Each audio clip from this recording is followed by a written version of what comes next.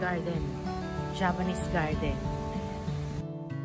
Pasyalan natin tong isang historic garden dito sa Saratoga, California. Ito ay tinatawag nilang Hakone Japanese Garden. Ito yung pinakang entrance. Pagpasok mo, ito yung bubungad sa iyo. Napakagandang view. Malamig. Cool na cool yung place dahil nga nasa baba ng bundok. And mag-hike kayo paakyat. And then pagpasok mo, ito agad yung makikita nyo, yung mga isdang naglalangoy. Talaga namang iba't ibang kulay. At sobrang lalaki. Napakalulusog. Talaga namang alam na alam nila kapag may bisita. And pag-akyat mo dun sa bundok, merong magandang bahay na parang place to gather ng mga Japanese. Pero hindi tayo allowed na makapasok sa loob. And pag nandun ka naman sa taas, ito yung matatanaw mo sa baba. Magandang pumunta rito kapag umaga dahil talagang yung klima malamig, green na green. And then ito naman yung pinakang view mo pag nasa taas ka. Maganda rin dito mag picture-picture. Pwede ka mag photoshoot. And hindi nga lang pwedeng pumasok sa loob.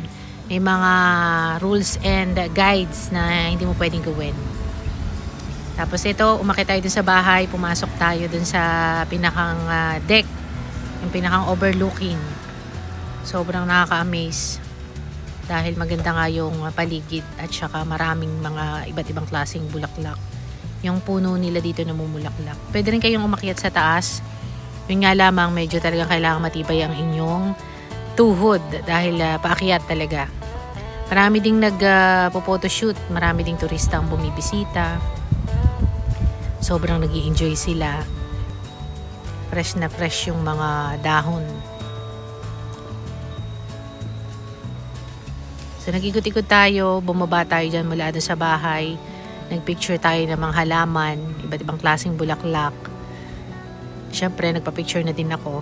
Nag-open sila ng mga alas 11 ng umaga hanggang 4 o'clock. Kaya mas maganda na check nyo sa website kung anong oras yung open nila dahil para alam nyo yung schedule.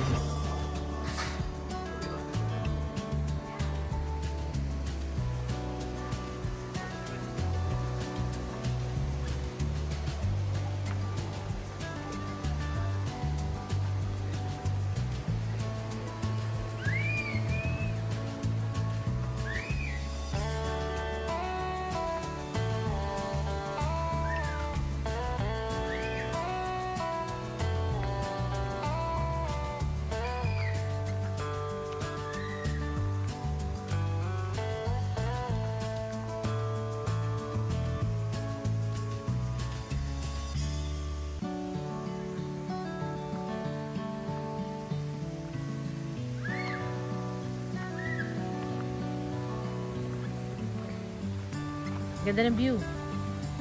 Sobrang ganda ng view. Nakaka-relax. Meron silang mga isda. Meron silang fish pond na magaganda yung kanilang mga isda. At napapalibutan ng maraming puno at maraming mga iba't ibang klaseng mga bulaklak. Sobrang mag-i-enjoy kayo pag nakita nyo ng location. At meron silang mga parang private room na pwede ka siguro magpa-reserve. Medyo luma na. Historical din yung place. Yan yung lumang bahay. Japanese style. Tapos inayos nila yung paligid. Inarrange nila yung mga halaman. Tapos pataas ay pataas sa bundok. Marami pa dun sa itaas kaya masyado na mataas. Tapos inayos din nila yung mga hagdan. Napakita ko sa inyo yung mga hagdan. Ito yung mga hagdan. Paakyat. Yan, paakyat sa itaas. Tapos, meron pa silang maraming pasyalan dun sa itaas paikot. Medyo mataas nga lang. So, dito tayo sa baba. Ang ganda. Meron din silang maliit na batis. Ayan.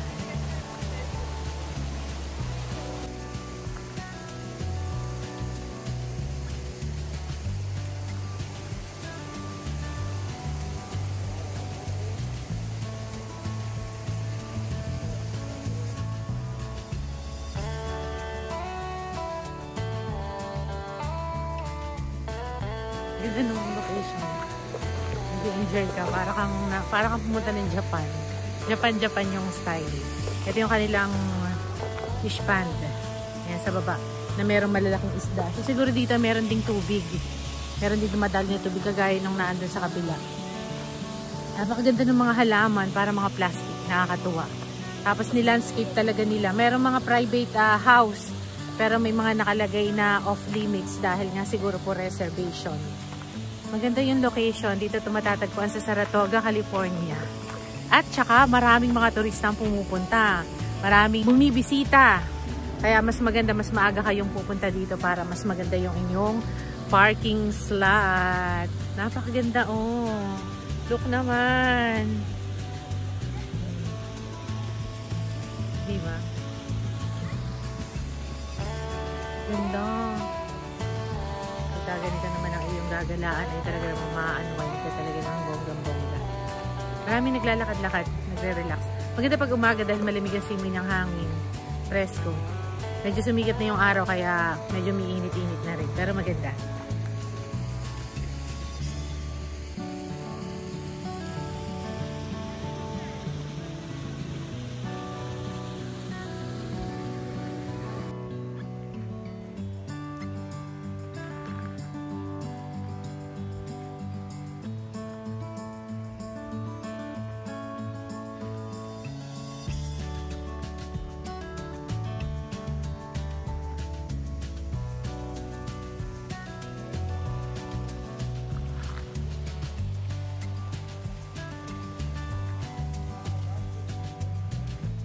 Tayo dito.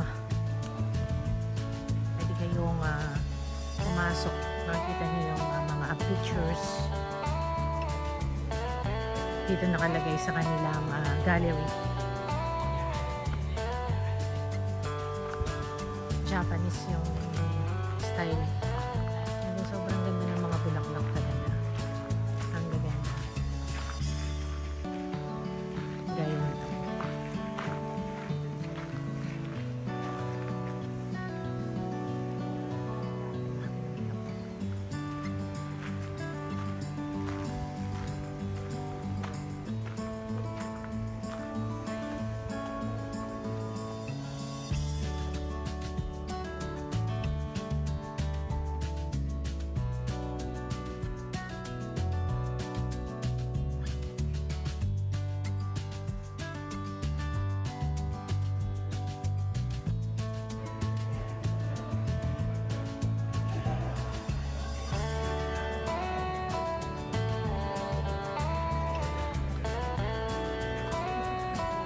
May magagandang mga puno ng bamboo. Ang ganda. Maraming mga ibon. Naka-relax yung place.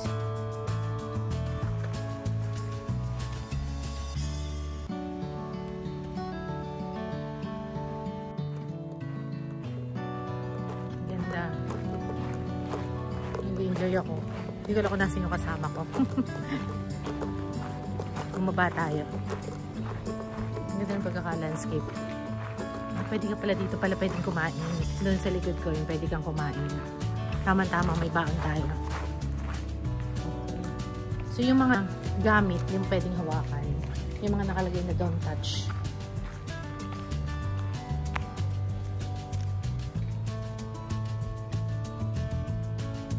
Meron silang meron silang shop. Dito pwedeng kumain sa baba. Meron silang mga table na pwede kayong kumain kung kayo ay nagugutom. Kaya mas maganda meron kayong baon. Kagaya ko. Meron tayong baong sandwich. Ayan. So, habang tayo nagbablog-vlog, meron tayong baong sandwich. Para hindi tayo magutom. Alam niyo naman, mahirap mag-vlog ng gutom. Real talk.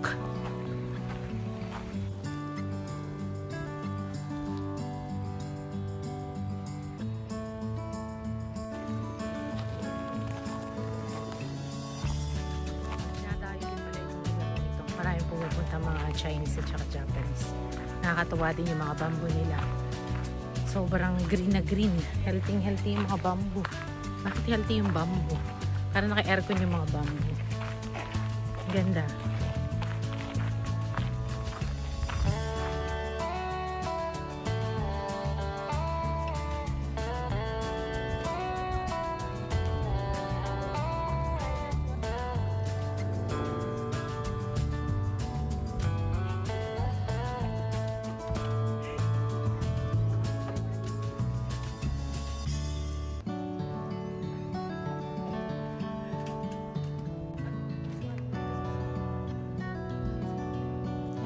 yung kanilang parking.